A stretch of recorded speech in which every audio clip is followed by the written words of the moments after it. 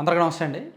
విజయసాయిరెడ్డి గారు రాజకీయాలకు పూర్తిగా దూరం అయ్యి వైఎస్ఆర్ కాంగ్రెస్ పార్టీ నుంచి బయటకు వచ్చి రాజ్యసభ సభ్యత్వానికి రాజీనామా చేసి పూర్తిగా రాజకీయాల నుంచి తప్పుకొని వ్యవసాయం చేసుకుంటాను అని ప్రకటించి 2 నెలలు అయింది దాదాపుగా. ఆయన అనుకున్నట్టే రాజకీయాలకు దూరంగా ఉన్నారు, కానీ రాజకీయ వివాదాలకు మాత్రం దగ్గరగానే ఉన్నారు.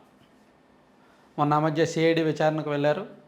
లిక్కర్ స్కామ్కు సంబంధించి వైసీపీలో ఎవరెవరు ఉన్నారో మొత్తం నేను చెప్తానని చెప్పారు. అలాగే జగన్మోహన్ రెడ్డి గారి క్వార్టరీ ఉంది, జగన్మోహన్ రెడ్డి గారు అది ఇదని చెప్పి వైసీపీకి ఫ్యూచర్ లేదు, జగన్మోహన్ రెడ్డి గారు చుట్టూ క్వార్టరీ ఉంది, ఆ క్వార్టరీ వల్ల వైసీపీ మునిగిపోయింది అన్నట్టు కొన్ని మాటలు చెప్తూ ఆయన తనలో ఉన్న రాజకీయ ఆలోచనలు, రాజకీయ ఐడియాలజీ, పొలిటికల్ దురద దాన్ని వదులుకోలే. కాకపోతే రాజకీయాలకు దూరంగా ఉండి ఏదో వ్యవసాయం చేసుకున్నానని బయటకు చెప్పారు.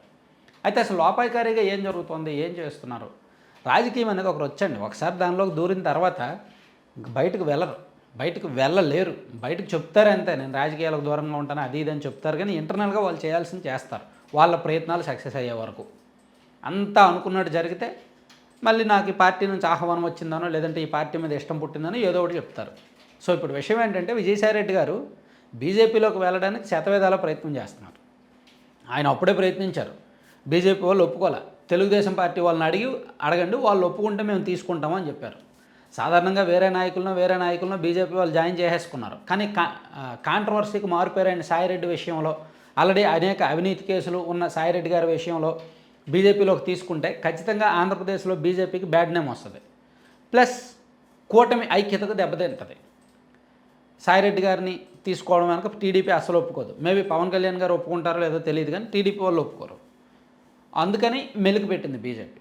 కానీ విజయసాయిరెడ్డి గారు మాత్రం కొన్నాళ్ళు 2 నెలలు సైలెంట్గా ఉంటున్నట్టే ఉండి ఒక 10 రోజుల నుంచి మళ్ళీ విపరీతంగా ప్రయత్నం చేస్తున్నారు. బీజేపీలోకి వెళ్ళే ప్రయత్నాలు మొదలుపెట్టారు. పైగా ఆయన మొదటి నుంచి కూడా గత కొన్నాళ్ళ నుంచి ఆయన main stream media satellite channel పెట్టడానికి ప్రయత్నాలు చేస్తూనే ఉన్నారు. దానికి సంబంధించి శాటిలైట్ ఛానల్స్కి, కొత్త ఛానల్స్కి ఇప్పుడు ప్రస్తుతానికి పర్మిషన్స్ ఇవ్వట్ల. దేశవ్యాప్తంగా ఎక్కడ ఏ లాంగ్వేజ్లో కూడా ఎంఐబీకి వాళ్ళు అప్లై చేస్తున్నారు, ఎంఐబీలో వెరిఫికేషన్ జరుగుతుంది, ఆ తర్వాత హోమ్ మినిస్టర్కి వెళ్తుంది, హోమ్ మినిస్టర్ దగ్గర ఫైల్స్ ఆగిపోతున్నాయి. కొత్తగా న్యూస్ ఛానల్ పెడతాము అంటే సెంట్రల్ గవర్నమెంట్ నుంచి ఎటువంటి పర్మిషన్స్ రావట్లే. మేము బీజేపీకి భజన చేస్తామని చెప్పినా సరే ఇవ్వట్లేదంట. ఎందుకంటే వాళ్ళు పర్మిషన్ ఇచ్చిన తర్వాత పర్మిషన్ రద్దు చేయడం కష్టం, లీగల్గా చాలా కష్టం అవుద్ది. సో వన్స్ పర్మిషన్ ఇచ్చిన తర్వాత ఇంక వాళ్ళని అడ్డుకోవడం కష్టం. వాళ్ళు బీజేపీకి ఎదురు తిరిగినా ఏమీ చేయలేరు, మహా అయితే కేసులు పెట్టడం తప్ప. అందుకే ఇవ్వడం ఎందుకులే, ఇప్పుడు ఉన్నాయి చాలులే అనేటట్టు బీజేపీ పెద్దల ఆలోచన. అందుకే విజయసాయిరెడ్డి గారు ఒక న్యూస్ ఛానల్ పెట్టాలని అనుకున్నప్పటికీ, అనేక ప్రయత్నాలు చేసినప్పటికీ సక్సెస్ అవ్వాల. సో ఈలోగా కొన్ని ఇతర ఛానళ్ళకు సంబంధించి లైసెన్సులు కొనుగోలు చేయాలని కొన్ని ప్రయత్నాలు, చర్చలు జరుగుతున్నాయి. అవి కూడా ఏవి సక్సెస్ అవ్వట్ల.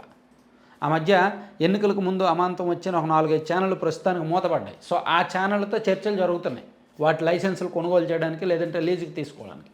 అవి కూడా సక్సెస్ అవ్వట్ల. అందుకని విజయసాయిరెడ్డి గారు మీడియా రంగంలోకి కూడా ఎంటర్ అవ్వలేకపోతున్నారు. నిజానికి ఆయనకు మీడియా రంగంలోకి ఎంటర్ అవ్వాలని ఎప్పుడో ఉంది. సంవత్సరం కిందటే ఆయన ఛాలెంజ్ చేశారు మహాన్యూస్ వంశీ మీద, అలాగే ఏబిఎన్ వెంకటకృష్ణ, ఏబిఎన్ రాధాకృష్ణ గారి మీద అండ్ కొంతమంది మీద ఛాలెంజ్ చేశారు. నేను త్వరలో మీడియా పెడతాను, మీ అందరి భోగోతాలు బయట పెడతాను, ఎల్లో మీడియా వాళ్ళది అది ఇది అని. సో ఆయన మీడియా పెట్టాలని అనుకున్నప్పటికీ ఇప్పటికి మెయిన్ స్ట్రీమ్ మీడియా కదండి. సో అందుకు ఆయన ఒక డిజిటల్ మీడియా నెట్వర్క్, ఒక పెద్ద వ్యవస్థ ఆలోచిస్తున్నారనమాట. ఒక పెద్ద డిజిటల్ మీడియా భారీ లెవెల్లో పెట్టడానికి ఆలోచిస్తున్నారు. దానికి సంబంధించి బ్యాక్ అండ్ రీసెర్చ్ వర్క్ జరుగుతోంది. ఇతర దేశాల నుంచి ఎక్విప్మెంట్ తెప్పించి కొంచెం గట్టిగానే ప్లాన్ చేస్తున్నారు. సో ఈలోగా తను బీజేపీలోకి వెళ్తే బాగుంటుంది అనే ఆలోచన. సో బీజేపీలోకి వెళ్ళడానికి మళ్ళీ ప్రయత్నాలు మొదలయ్యాయట.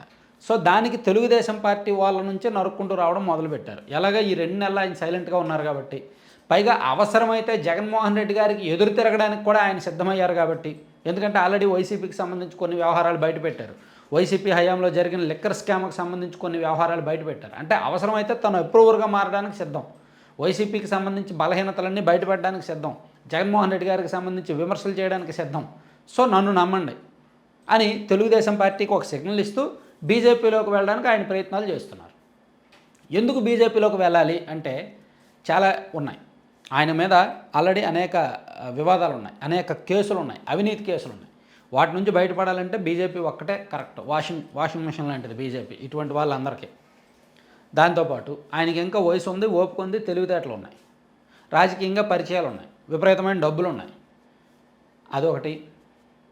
దాంతోపాటు తన కుటుంబ సభ్యులకు సంబంధించి గత 5 ఏళ్లలో కొన్ని ఈ అరబిందోకు కొన్ని కాంట్రాక్ట్లు అవి వచ్చాయి, కొన్ని టెండర్లు అవి వచ్చాయి, ప్లస్ 108 కూడా వాళ్ళే నడిపించారు.